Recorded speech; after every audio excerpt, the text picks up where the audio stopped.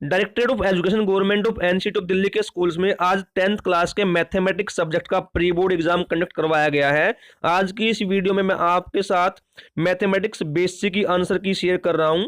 मैं आपको सभी एमसीक्यूज के आंसर इस वीडियो में शेयर करूंगा और कंप्लीट आंसर की आपको शाम तक अवेलेबल करवा दी जाएगी।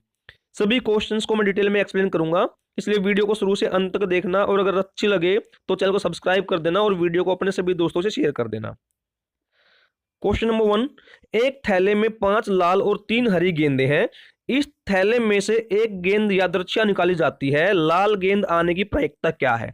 मींस आपके पास 5 लाल गेंदें हैं और 3 हरी गेंदें हैं तो थैले में डाली गई हैं। मान लीजिए ये आपके पास एक थैला है, इस थैले के अंदर 5 तो लाल गेंदें हैं, 1 2 3 4 और 5, ये मैंने डॉट लगा दी हैं। 5 लाल गेंदें हैं और 3 हरी गेंदें हैं, 1 2 और 3। अब आपको करना क्या है, इस थैले में से रैंडमली बॉल निकालनी है, इसके अंदर हाथ डाल के बॉल निकालनी है। अगर आप एक बार में एक बॉल निकालते हैं तो मैक्सिमम आप 8 बॉल निकाल सकते हैं, 8। अब उस 8 में से आप लाल गेंद कितनी बार निकाल पाएंगे? बारी बारी से निकालेंगे तो मैक्सिमम आप 5 बार लाल गेंद निकाल सकते हैं। तो लाल गेंद आने की जो प्रायिकता है यानी प्रोबेबिलिटी है वो 5/8 बन जाती है। तो जो हमारा आंसर है वो बन जाता है 5/8, ऑप्शन बी। क्वेश्चन नंबर 2, 96 के अभाज्य गुणनखंडों में 2 की घात है। The exponent of 2 in prime factorization of 96 is. आप 96 के अभाज्य गुणनखंड बना लीजिए। आप लोगों ने सीखे होंगे गुणनखंड बनाने। 96 को अभाज्य संख्या से भाग करते चलें। 2 से भाग किया 48, फिर 2 से भाग कर देते हैं 24, फिर 2 से भाग कर देंगे 12, फिर 2 से भाग कर देंगे 6 और फिर 2 से भाग कर दो 3। तो 1 2 3 4 और 5, यहाँ पर 5 बार 2 की पावर आ जाती है तो 2 की पावर 5। तो यहाँ आंसर बन जाता है डी यानी 5। क्वेश्चन नंबर 3, द्विघात समीकरण x square minus 4x plus 3 is equal to 0 का विविधकर है। The discriminant of quadratic equation x square minus 4x plus 3 is equal to 0 is. तो आपको जो विविधकर निकालना है उसका फॉर्मूला आपको पता होता है कि d is equal to b square minus 4ac, ये फॉर्मूला है। अब इस इक्वेशन में हमारा ये a है, ये b है और ये c है। तो यहाँ b हमारा -4 है तो -4 का स्क्वायर -4, a हमारा 1 है और c हमारा 3 है। तो -4 का स्क्वायर 16 माइनस 4 3 12, तो 12 16 माइनस 12 इज इक्वल टू 4। तो हमारा आंसर बन जाता है, तो इसका आंसर है बी 4। क्वेश्चन नंबर 4, एक वृत्त की कितनी स्पर्श रेखाएं हो सकती हैं? अब आप कोई सर्कल ड्रॉ कर लीजिए। एक सर्कल ड्रॉ करके आप उसके चारों ओर स्पर्श रेखाएं यानी टेंजेंट खींचने हैं। तो किसी भी पॉइंट पे आप टेंजेंट ड्रॉ कर दें, किसी भी सर्कल के साथ infinite number of tangents draw किए जा सकते हैं। आप अपनी मर्जी से कितनी भी स्पर्श रेखा इसके साथ डाल सकते हैं। तो इसका आंसर बन जाता है डी, अपरिमित रूप से अनेक, इनफाइनाइटली मैनी, बहुत सारी स्पर्श रेखाएं हो सकती हैं। क्वेश्चन नंबर 5, यदि P इज इक्वल टू 0.8 है और E नहीं की प्रायिकता है। आपको प्रोबेबिलिटी वाले क्वेश्चन में पता होता है कि जो टोटल केसेस बनते हैं पॉसिबल और नॉट पॉसिबल उन सब का जोड़ 1 होता है। तो जो फॉर्मूला हमारे पास होता है कि PE प्लस PE नोट, ई नोट पे हम काटा मार देते हैं, इज इक्वल टू 1 होता है। अब इस केस में P की वैल्यू दी हुई है 0.8 प्लस P हमें फाइंड आउट करना है और 1 के बराबर है। तो इसको 1 में से माइनस कर दो, 0.2, आंसर हमारा बन गया ए, 0.2 इसका उत्तर बन जाता है। क्वेश्चन नंबर 6, यदि बहुपद 2x square plus 6x plus 3 के शून्यक अल्फा और बीटा है तो अल्फा प्लस बीटा है, हमें अल्फा प्लस बीटा की वैल्यू निकालनी है। आपको फॉर्मूला पता होगा कि जब अल्फा प्लस बीटा की जो वैल्यू होती है वो हमेशा -b/a होती है। यहाँ पर b हमारा 6 है और a हमारा 2 है। तो जो आंसर बन जाता है -6/2, दैट इज इक्वल टू -3। तो आंसर हमारा आ गया सी, -3। तो इसका उत्तर है -3। क्वेश्चन नंबर 7, कोण थीटा वाले त्रिज्याखंड का क्षेत्रफल है। इसका सीधा फॉर्मूला होता है option D, theta by 360 degree into pi r square. यहाँ पर pi r square complete circle का एरिया है और थीटा जो एंगल बनाया गया है त्रिज्याखंड के अंदर वो, तो इस त्रिज्याखंड का क्षेत्रफल इसके बराबर होता है। क्वेश्चन नंबर 8, निम्न में से किस समीकरण का एक मूल 2 होगा। अब इस क्वेश्चन में आपको x की वैल्यू फाइंड आउट करनी है जो इक्वेशन को 0 कर दे। तो आप पहले वाले में x की वैल्यू 2 रख के देखिए, x की वैल्यू 2, 2 का स्क्वायर 4, 4 माइनस 4 0, तो हमारा पहला ही आंसर बन जाता है ऑप्शन ए। क्वेश्चन नंबर 9, रैखिक समीकरण युग्म x plus y is equal to 1 और x minus y is equal to 5 का हल है। आपको इसका सॉल्यूशन निकालना है। x plus y is equal to 1 और x minus y is equal to 5, दोनों को जोड़ दो। तो जोड़ने में क्या बनता है, 2x इज इक्वल टू 6 और x इज इक्वल टू 3 हमारा आ जाता है। तो x 3 आ गया।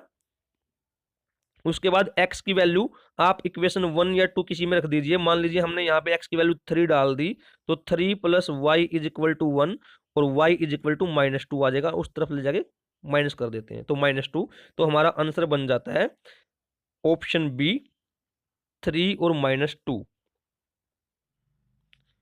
क्वेश्चन नंबर 10, दी गई आकृति में DE पैरेलल BC है तो AE इज इक्वल टू ए की वैल्यू निकालनी है।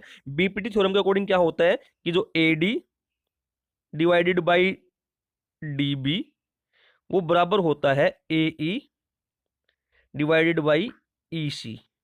अब यहां पर AD दिया हुआ है 1.5 और DC दिया हुआ है 3, वो इज इक्वल टू हो जाएगा, AE हमें निकालना है और EC दिया हुआ है 2, 2 को उस तरफ ले जाओगे, क्रॉस मल्टीप्लाई 1.5 टू 3, 3 बाई 3 1, तो आंसर हमारा आ गया 1। तो AE हमारा 1 है।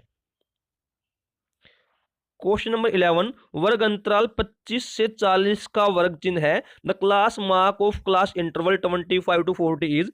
अब 25 और 40 को जोड़ दो, हमारा बन जाता है 65, उसका हाफ कर दो, आंसर हमारा बन जाएगा 32.5। तो आंसर बन गया ऑप्शन डी 32.5।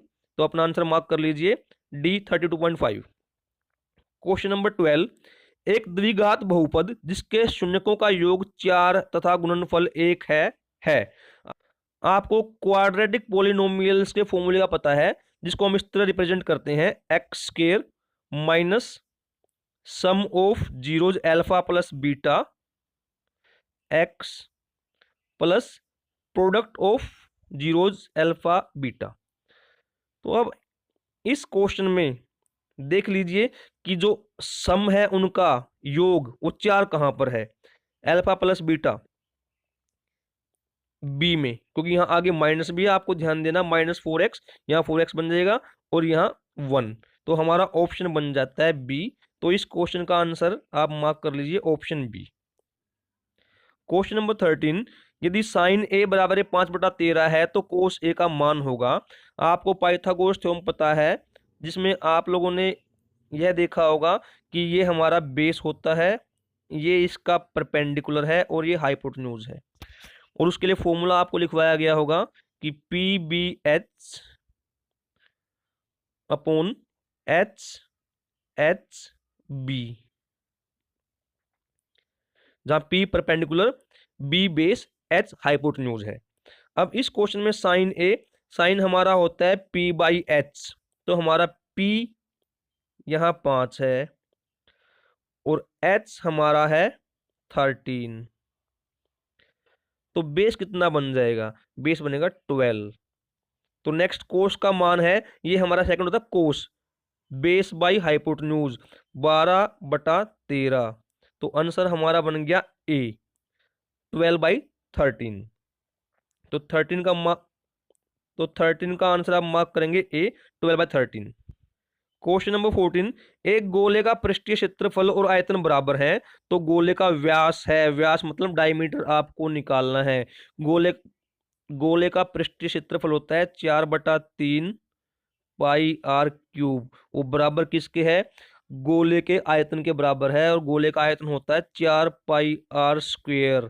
तो यहाँ जो कॉमन है काट दीजिए, 4 से 4 कैंसिल हो गया है, 2r से 2r कैंसिल हो गए, एक r हमारा बच गया है, और पाई से पाई कैंसिल हो गई है। तो r हमारा किसके बराबर आ गया, r हमारा आ गया 3।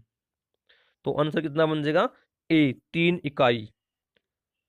क्वेश्चन नंबर 15, रैखिक समीकरण युग्म 2x + y = 3 और 4x + 2y = 6 के हैं, आपको बताना है कितने हल हैं। एक बार हम देख लेते हैं कि a1/a2 और b1/b2 और c1/c2 में क्या रिलेशन है। अगर तीनों बराबर आ जाएंगे तो हमारे असीमित रूप से अनेक हल बन जाते हैं। अब a1/a2 हमारा 2/4 यानी कि 1/2 बन गया। उसके बाद जो b1/b2 है ये भी 1/2 बन गया है, और जो c1/c2 है 3/6 ये भी 1/2 बन गया, यानी तीनों बराबर आ गए हैं। जब तीनों बराबर होते हैं तो हमारे अनेक हल निकलते हैं, तो आंसर बन गया सी। क्वेश्चन नंबर 16, बिंदु 7 - 5 और 3 - 1 के बीच की दूरी है, इसका आंसर बन जाता है बी √32।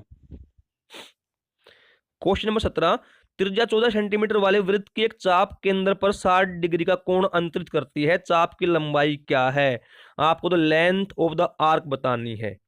तो जो लेंथ ऑफ आर्क होती है उसके लिए फॉर्मूला होता है हमारे पास πr θ / 180। तो यहाँ पर पाई हमारे पास है 22/7, आर हमारे पास है 14, और थीटा है 60 डिग्री बाई 180। तो 3 पे गया, 7 दूनी 14, 22 दूनी 44/3। तो हमारा आंसर बन जाता है option B 44/3 centimetre. Question number 18, एक वृत्त पर स्थित दो समांतर स्पर्श रेखाओं के बीच की दूरी 12 सेंटीमीटर है, तो वृत्त की त्रिज्या क्या है। एक वृत्त ड्रा कीजिए और इस वृत्त पर दो टेंजेंट बना दीजिए। ये दो स्पर्श रेखाएं मैंने बना दी। अब इनके जो बीच की दूरी है वो 12 सेंटीमीटर दी गई है, और आपको पता है सेंटर से टेंजेंट पर जो भी लाइन आती है वो उस पर परपेंडिकुलर होती है और वो उसके रेडियस के बराबर होती है। तो रेडियस कितना बनेगा, 12 का आधा 6 सेंटीमीटर। तो आंसर हमारा बन गया ए। अब क्वेश्चन नंबर 19 और 20, उसमें एक अभिकथन ए दिया गया है और एक उसका कारण आर दिया गया है। आपको चारों क्वेश्चन को पढ़ना है और चेक करना है कि अभिकथन ए और कारण आर दोनों सत्य हैं और आर कारण अभिकथन ए का सही व्याख्या करता है, तो आंसर ए देना है। आंसर बी हम कब देंगे, जब अभिकथन ए और आर कारण जो है वो सत्य है परंतु आर अभिकथन की सही व्याख्या नहीं करता, तो आंसर बी बन जाता है। आंसर सी हम देंगे अगर अभिकथन ए सत्य है लेकिन आर असत्य है, और उत्तर डी देना है अभिकथन ए असत्य है लेकिन आर सत्य है।